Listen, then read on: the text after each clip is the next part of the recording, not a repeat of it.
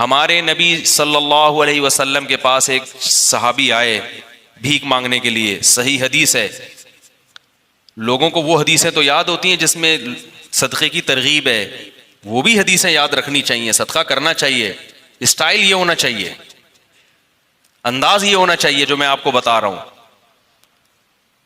صحابی آئے, انصاری صحابی, عرض کیا یا رسول اللہ گھر میں کیا ہے؟ فاقے, کچھ بھی نہیں ہے کھانے میں. وہ واقعی بیچارے مستحق تھے, انہیں تو نبی ویسے ہی دے دیتے نا, وہ جھوٹ تھوڑی بول رہے تھے نبی کی خدمت میں آ کے. کچھ بھی نہیں ہے گھر میں. آپ نے فرمایا کچھ تو ہوگا, سب صحابہ بیٹھے ہوئے ہیں, کچھ تو ہوگا. فرمایا صرف ایک پیالہ ہے. ظاہر ہے وہ پیالہ ہے جس میں ڈال کے کھانا کھاتے ہیں, وہی اگر بیچ دیں تو کھانا آئے گا تو پلیٹ ہی نہیں رہے گی گھر میں, برتن ہی نہیں رہے گا. آپ صلی اللہ علیہ وسلم فرمایا وہ پیالہ اٹھا کے لے آؤ. کیا کرو؟ یہ حدیث تو پیالے کے بارے میں, آپ نے جب کسی کو دیکھنا ہے تو آپ نے اپنے حساب سے اسے انٹرویو لے کے, یہ نہیں کہ پیالہ اٹھا کے لے آؤ کیونکہ حدیث میں آ رہا ہے. اب کیا ہے کہ رسول اللہ صلی اللہ علیہ وسلم نے ان سے کہا کہ جاؤ کیا لے کر آؤ؟ پیالہ. وہ لے آؤ اٹھا. نبی نے ان کو طریقہ سکھا رہے ہیں, کیسا پیارا آپ صلی اللہ علیہ وسلم کی تعلیم کا انداز تھا. آپ یہ بھی تو کہہ سکتے تھے بھائی اس پیالے کو بیچو, یہ خریدو, یوں کرو جاؤ. تو آپ نے معلم کو بھی بتا دیا کہ تم نے غریب کو صحیح راستہ بھی دکھانا ہے اور اس کے ساتھ اس راستے میں تعاون بھی کرنا ہے. وہ بیچارہ کانفیڈنس نہیں ہوتا, آپ نے اس کو سمجھا کے نکل لی ہے, وہ کنفیوز ہے یار میں نے کیا کرنا ہے. ہر آدمی میں کانفیڈنس نہیں ہوتا, قوت فیصلہ نہیں. تو آپ نے بتا دیا کہ اس کے ساتھ تعاون کرنا ہے, اس کی حوصلہ افزائی کرنی ہے. تو آپ یہ نہیں آپ صلی اللہ علیہ وسلم نے فرمایا کہ جاؤ وہ پیالہ بیچو اور یہ کرو اور وہ کرو اور خود ہی کر لو سارا کچھ. فرمایا لے آؤ. جیسے جیسے کہہ رہا ہوں نا ویسے ویسے گویا انگلی پکڑ کے چلانا سکھا رہے ہیں, بھیک سے انگلی پکڑ کے چھڑوا رہے ہیں. یہ زیادہ بڑی خدمت ہے.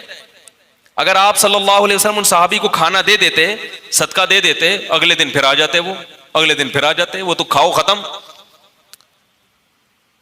اور تھوڑے دنوں میں کیا ہوتا, ان کی زوجہ بھی یہی, بچے بھی یہی کر رہے ہوتے.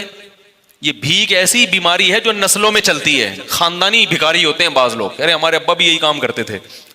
ٹھیک ہے نا.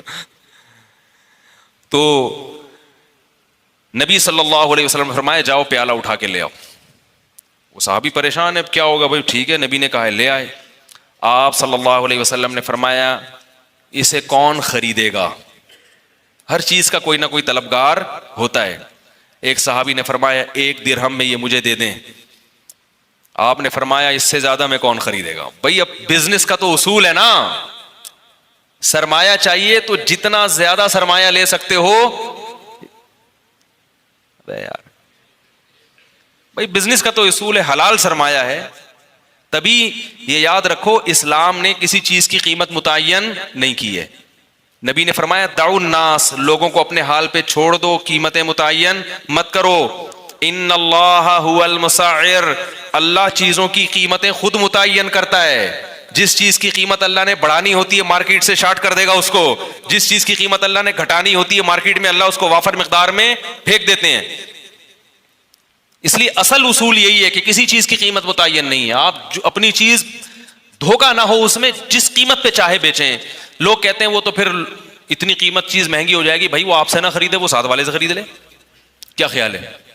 تو وہ تو خود بخود, ہاں گڑبڑ جب ہوگی جب تاجر مل کے آپس میں ایکا کر لیتے ہیں, معاہدہ کر لیتے ہیں کہ اس سے کم پہ نہیں بیچنا, یہ ناجائز ہے. اسی وجہ سے پھر حکومت کو انوالو ہونا پڑتا ہے, چیزوں کی قیمتیں متعین کرتی ہے. تو آپ صلی اللہ علیہ وسلم نے فرمایا کون خریدے گا؟ ایک صحابی نے کہا 1 درہم میں.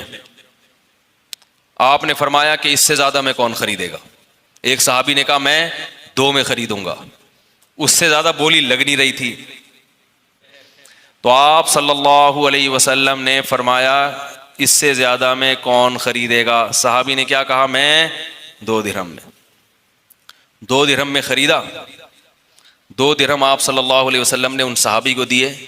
فرمائے 1 درہم سے کلہاڑی لے کر آؤ اور 1 سے اپنے اور اپنے بچوں کے لیے کھانا لے کر آؤ, گزارا چلاؤ فی الحال, کیونکہ اب بھوک کا بھی تو کوئی علاج کرنا ہے نا. تو وہ گئے, 1 درہم سے کیا خریدا؟ گزارے لائق. یہ نہیں کہ پیزا لے کے جا رہے ہیں. آج یہ بھی ہوتا ہے, اپنی حرکتیں ٹھیک نہیں ہیں, اتنی ارننگ نہیں ہے جتنا گھر میں خرچہ شروع کر دیا, اور کہہ رہے ہیں خرچے ہی نہیں پورے ہو رہے, خرچے ہی نہیں پورے. اور کہاں سے پورے ہوں گے بھائی؟ آپ کی اوقات دکان آپ کی پکوڑوں کی ہے اور باتیں کیا کر رہے ہو؟ کروڑوں کی باتیں کر رہے ہو. تو اپنی اوقات دیکھ کر اپنے پاؤں پھیلاؤ نا. وہ جو بھی بیچاروں کو ملا ہوگا جو کی روٹی. بھائی فی الحال بیگم میری اپنی عادت کیا ہے کہ میں اکثر میں کبھی بھی کوشش کرتا ہوں کسی بھیک مانگنے والے کو نہیں دوں, الا یہ کہ جب 100% اطمینان ہو جائے کہ واقعی یہ مستحق ہے اور کچھ کر نہیں سکتا, وہ ایک الگ بات. میں جب میرے پاس بھی لوگ کچھ صدقے وغیرہ کے پیسے بھیجتے ہیں, کچھ میں اپنی طرف سے بھی صدقہ کرتا ہوں, تو میں کسی مزدور کو تلاش کرتا ہوں, کیونکہ یہ پتا ہے کہ یہ بیچارہ اگر مالدار ہوتا تو اتنی ٹف مزدوری بولو بھائی نہ کر رہا ہو. یہ مالدار نہیں ہے تو یہ مزدوری کر رہے ہیں. نمبر 2, یہ آدمی لالچی نہیں ہے. لالچی ہوتا تو محنت گڑا تھوڑی کھود رہا ہوتا, وہ رکشا تھوڑی چلا رہا ہوتا.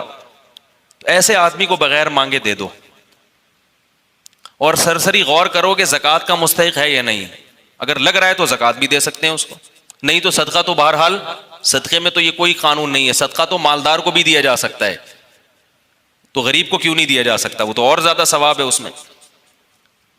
اور بعض دفعہ اگر میرے پاس کوئی بڑا اماؤنٹ ہو تو پھر میں کیا کرتا ہوں, میں کسی غریب سے یہ پوچھتا ہوں, جو انٹرویو لیتا ہوں نا, کہ بھائی آپ یہ کیوں کر رہے ہو, یہ کیا ہے, وہ اس کو نہیں پتا ہوتا یہ مولوی صاحب مجھے چندہ دیں گے. اگر پہلے پتا چل جائے نا تو پھر چھوڑو ہوتے ہیں. پھر آج کل یہ غریب کیا ہوتے ہیں, لمبی لمبی چھوڑنا شروع کر دیتے ہیں, کہہ رہے ہیں مجھے 2-3 کروڑ روپے مل جائے نا, پھر ایسی باتیں شروع کرتے ہیں. ان کو نہیں پتا ہو ویسا ہی ہے, ہیلو ہائے, اور بھائی طبیعت سیٹ انڈی والان خاٹ ٹول مول, اگر پٹھان ہے تو تھوڑا سا پشتو مشتو ماری, پنجابی ہے تو تھوڑا سا اس میں, اور بھائی پہاڑ کی حال ہے تو ٹھیک ٹھاک ہو, اس طرح کی تھوڑی سی گلا شلنا کر کے تو تھوڑا سا اس کو مانوس کیا. اس کے بعد اس سے رپورٹ طلب کی, اور بھائی کیا کر رہے ہو, گھر بھر کیسا چل رہا ہے.